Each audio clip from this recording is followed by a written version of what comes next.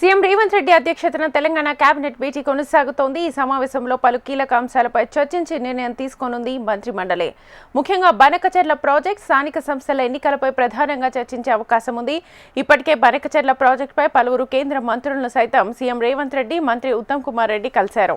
అవసరమైతే చర్చలకు సీఎం చంద్రబాబును కూడా ఆహ్వానిస్తామని ఇప్పటికే సీఎం రేవంత్ రెడ్డి స్పష్టం చేశారు. అలాగే జూలై నెలలో స్థానిక సంస్థల ఎన్నికల నిర్వహణపై సాధ్యాసాధ్యాలపై కూడా ఈ భేటీలో చర్చించారు. వీటితో పాటు భూభారతి చట్టం అమలు, సంక్షేమ పథకాలు, రాష్ట్ర ఆదాయ వ్యయాల సమీక్ష వంటి కీలక అంశాలపై చర్చించనున్నారు.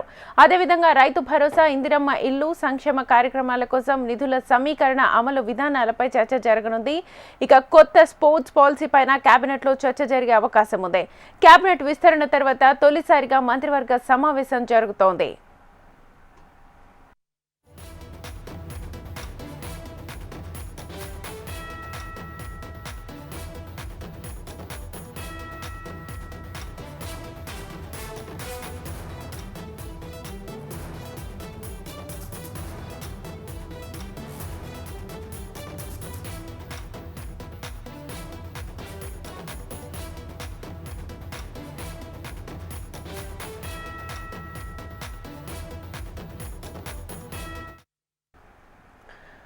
సీఎం రేవంత్ రెడ్డి అధ్యక్షతన తెలంగాణ కేబినెట్ భేటీ కొనసాగుతోంది. ఈ సమావేశంలో పలు కీలక అంశాలపై చర్చించి నిర్ణయం తీసుకోనుంది మంత్రిమండలి. ముఖ్యంగా బనకచెర్ల ప్రాజెక్టు, స్థానిక సంస్థల ఎన్నికలపై ప్రధానంగా చర్చించే అవకాశం ఉంది.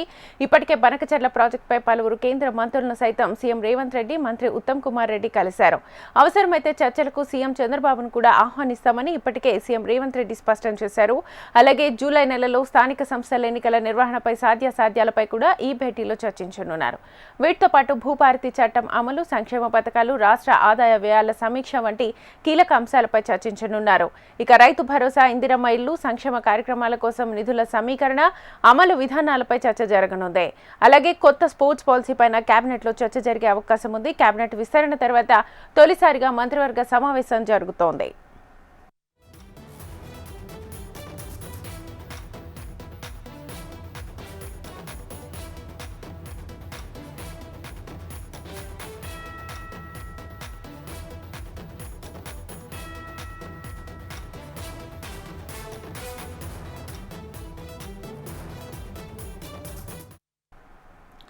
సీఎం రేవంత్ రెడ్డి అధ్యక్షతన తెలంగాణ కేబినెట్ భేటీ కొనసాగుతోంది. ఈ సమావేశంలో పలు కీలక అంశాలపై చర్చించి నిర్ణయం తీసుకోనుంది మంత్రిమండలి.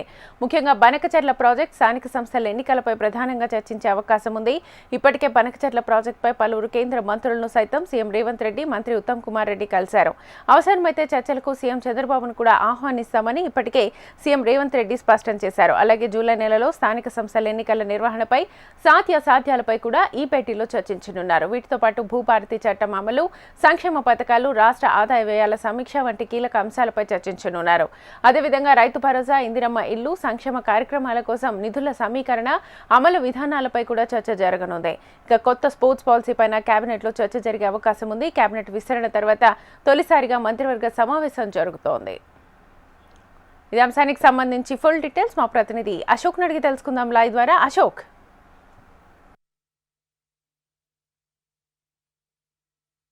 సీఎం రేవంత్ రెడ్డి ఆధ్వర్యంలో ప్రస్తుతం సచివాలయంలో కేబినెట్ సమావేశం ప్రారంభమైంది. మనం చూస్తున్నాం ఇవాళ జరుగుతున్నటువంటి ఈ కేబినెట్ సమావేశంలో ప్రధానంగా ఏదైతే స్థానిక సంస్థల ఎన్నికలకు సంబంధించి కావచ్చు, అలాగే ఏపీ ప్రభుత్వం చేపడుతున్నటువంటి గోదావరి బనకచెర్ల ఇష్యూకి సంబంధించిన అంశాలపైనే ప్రధానంగా చర్చించబోతున్నారు. మనం చూస్తున్నాం ఏదైతే గోదావరి బనకచెర్లకు సంబంధించి ఇప్పటికే సీఎం రేవంత్ రెడ్డి ఆధ్వర్యంలో గత వారం ఇరిగేషన్ శాఖ మంత్రి ఉత్తమ్ కుమార్ రెడ్డి ఆధ్వర్యంలో సచివాలయంలో ఆల్ పార్టీ ఎంపీలతో, రాజ్యసభ, లోక్సభ ఎంపీలతో సమీక్ష సమావేశం ఏర్పాటు చేసి ఆ తర్వాత సీఎం రేవంత్ రెడ్డి, ఇరిగేషన్ శాఖ మంత్రి ఉత్తమ్ కుమార్ రెడ్డి కూడా ఢిల్లీకి వెళ్ళి జలశక్తి శాఖ మంత్రి సిఆర్ పాటిల్ని కలిశారు. బనకచెర్లకు సంబంధించిన ప్రాజెక్టును అది ఆపాలని చెప్పేసి వారిని విజ్ఞప్తి చేయడం జరిగింది. ఇదే అంశంలో సీఎం రేవంత్ రెడ్డి ఇదే సచివాలయం కేంద్రంగా అయితే గోదావరి బేసిన్లో 1000 టీఎంసీలు, కృష్ణా బేసిన్లో 500 టీఎంసీలకు సంబంధించి ఏపీ ఒప్పుకుంటే ఈ తర్వాత దిగువన ఏ ప్రాజెక్టు ఏపీ కట్టినా కూడా తాము ఒప్పుకుంటామని చెప్పారు. ఈ నేపథ్యంలో ఈ అంశాలకు సంబంధించిన పైన కూడా ప్రస్తుతం మంత్రివర్గ సమావేశంలో సీఎం రేవంత్ రెడ్డి ఈ అంశాలకు సంబంధించి వారి ముందు ఉంచబోతున్నారు. వారి నుంచి వచ్చేటువంటి అభిప్రాయాన్ని దృష్టిలో పెట్టుకొని ప్రధానంగా గోదావరి బనకచెర్ల అంశానికి సంబంధించి ప్రభుత్వ పరంగా ఎలా ముందుకు వెళ్ళాలి, కేంద్రం సపోర్ట్ చేసినా చేయకపోయినా ఎలా ముందుకు వెళ్ళాలి, అధికారులకు సంబంధించిన బృందాన్ని ఏపీతో చర్చలకు పంపాలి, లేదంటే మంత్రివర్గానికి సంబంధించి సబ్ కమిటీని ఏర్పాటు చేసి ఆ బృందాన్ని ఏపీ ప్రభుత్వం చర్చలకు పంపాలి, లేదంటే సీఎం స్థాయిలకు సంబంధించినటువంటి అంశంపైన కూడా ఈ బనకచెర్ల గోదావరికి సంబంధించినటువంటి ప్రాజెక్టు విషయంలో ముందుకు వెళ్ళాలి అంశంపైన కూడా ఇవాళ క్యాబినెట్లో చర్చించబోతున్నారు. అలాగే స్థానిక సంస్థల ఎన్నికల మనం చూస్తున్నాం. దాదాపు 5-6 నెలలుగా స్థానిక సంస్థల ఎన్నికలు అప్పుడంటూ వరుసగా వస్తున్నటువంటి కథనాల నేపథ్యం కావచ్చు, గత వారం 10 రోజుల క్రితం సీతక్క కావచ్చు, పొంగులేటి శ్రీనివాసరెడ్డి త్వరలోనే ఎన్నికలు సిద్ధంగా ఉన్నామని చెప్పిన నేపథ్యంలో ఇవాళ క్యాబినెట్లో కూడా దీన్ని చర్చించే అవకాశం ఉంది. అయితే కామారెడ్డి డిక్లరేషన్ సంబంధించి 42% బీసీలకు రిజర్వేషన్ ఇవ్వాలని చెప్పేసి కాంగ్రెస్ పార్టీ ఎన్నికల మేనిఫెస్టోలో చూపించింది. ఈ నేపథ్యంలో సమగ్ర సర్వే నిర్వహించి రిజర్వేషన్లకు సంబంధించి కూడా ఇస్తామని చెప్పి ప్రకటించింది. దీనికి సంబంధించి క్యాబినెట్ అప్రూవ్ చేసి అసెంబ్లీ తీర్మానం చేసి బిల్ చేసి గవర్నర్ నుంచి కేంద్రానికి కూడా పంపడం జరిగింది. సో దీనికి సంబంధించి స్థానిక సంస్థల ఎన్నికలు పోతే కోర్టు కేసులు ఏమైనా ఎదురైతే అనే విషయంలో కూడా ఇవాళ క్యాబినెట్లో చర్చించబోతున్నాం.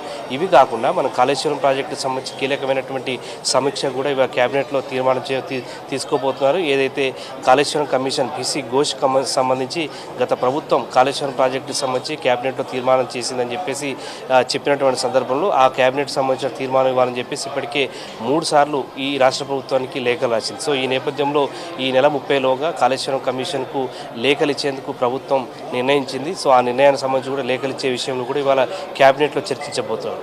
అంతేకాకుండా రైతు భరోసా సంబంధించి అయితే సీఎం రేవంత్ రెడ్డి చెప్పిన దాని ప్రకారం 9 రోజుల్లో 9,000 కోట్లు దాదాపు 72 లక్షల మంది రైతులకు అకౌంట్లో వేసే విధంగా ప్లాన్ చేశారు.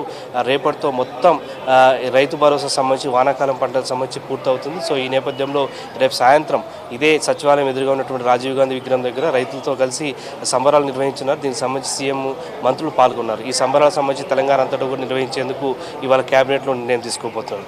ఇదే కాకుండా ఇప్పటికే భూభారత్ సంబంధించినటువంటి విషయంలో అయితే బిల్లు ఆమోదం పొందింది. దానికి సంబంధించి ఇంప్లిమెంటేషన్ కూడా జరుగుతుంది. ఈ నేపథ్యంలో దాదాపు 7 నుంచి 9 లక్షల వరకు సాదా బైనామాలకు సంబంధించిన ఆర్జీలు ప్రభుత్వం దగ్గర పెండింగ్ ఉన్నాయి. దీనికి సంబంధించి ఎటువంటి నిర్ణయం తీసుకోవాలనే పైన కూడా ఇవాళ క్యాబినెట్లో చర్చించబోతున్నారు. ఇదే కాకుండా స్పోర్ట్స్ పాలసీ, రాష్ట్రంలో స్పోర్ట్స్ పాలసీ తీసుకొచ్చేందుకు కూడా ఇవాళ క్యాబినెట్ ఆమోదం తెలిపోతుంది. అలాగే రీజనల్ రింగ్ రోడ్ సంబంధించిన అంశంలో దక్షిణ భాగం సంబంధించిన దానిపైన కూడా ఇవాళ క్యాబినెట్లో నిర్ణయం తీసుకోబోతున్నారు. ఇదే కాకుండా ఏసీబీ కేసులు కావచ్చు, ఫోన్ ట్యాంపరింగ్ కేసులు కావచ్చు, ఇతర అంశాలకు సంబంధించి కూడా ప్రభుత్వ పరంగా కేసులకు సంబంధించి ఎలా ముందుకు వెళ్ళాలనే అంశంపైన కూడా ఇవాళ క్యాబినెట్లో చర్చించబోతున్నారు. సో ఇవాళ దాదాపు రాత్రి 8 గంటల వరకు క్యాబినెట్ కొనసాగే అవకాశం ఉంది. 4 గంటలకు ప్రారంభమైనటువంటి క్యాబినెట్ 8 గంటల వరకు కొనసాగే అవకాశం ఉంది. 4 గంటలు కూడా చాలా వరకు ఈ అంశాలన్నింటిపైన కూడా సమీక్ష జరిపి కీలకమైన నిర్ణయాలు అయితే తీసుకోబోతున్నారు.